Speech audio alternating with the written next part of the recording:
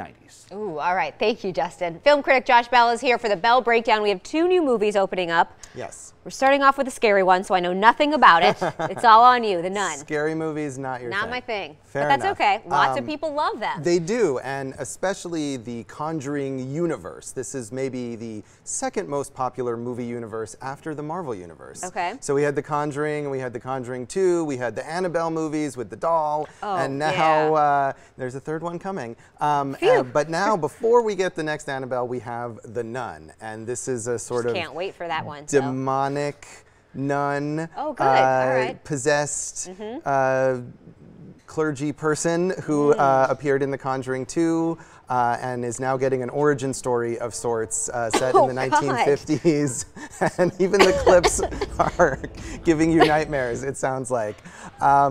So it's set in Romania in the 1950s. Tessa Farmiga, whose sister, Vera Farmiga, is the star of the Conjuring movies. She plays a nun, and Demian Bakir is a priest, and they're investigating this mysterious, spooky abbey where lots of scary things are happening. And it's pretty generic and vague as far as what scary things are really happening. And the nun, as you can see in these clips, is freaky. We got the video, guys, in the production. We don't need to roll it again.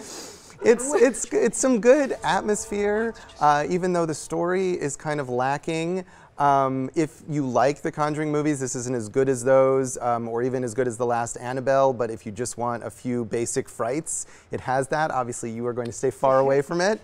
It's definitely not a great movie, but horror fans... The previews were enough for me. Yeah, horror fans might find something a little bit to like about it. All right, what about Jennifer Garner? I can't even remember the last time she was in a movie. She's been in a lot of commercials. She has. She's real likable. She is very likable. She's played a lot of mom roles in kind of family-friendly movies over the last few years. And she's playing another mom here in Peppermint, but it's not a family-friendly movie. She is a mom whose family is murdered by gangsters, and so she basically becomes the Punisher.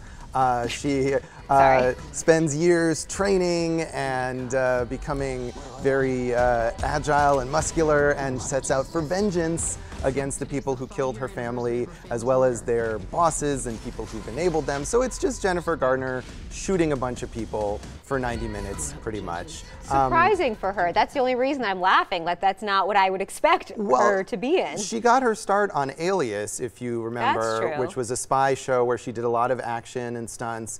And so this is, in a way, back to those roots. It's got some decent action in it, and she's a good, intense kind of almost superhero. Again, they could have cast her as the Punisher. I feel like watching this movie, which is a very generic revenge thriller, it mostly made me think Jennifer Garner should be in a better action movie because we haven't seen her for so long, and she's good at this stuff. This is not the best example of it. But if you like her, maybe make this a rental.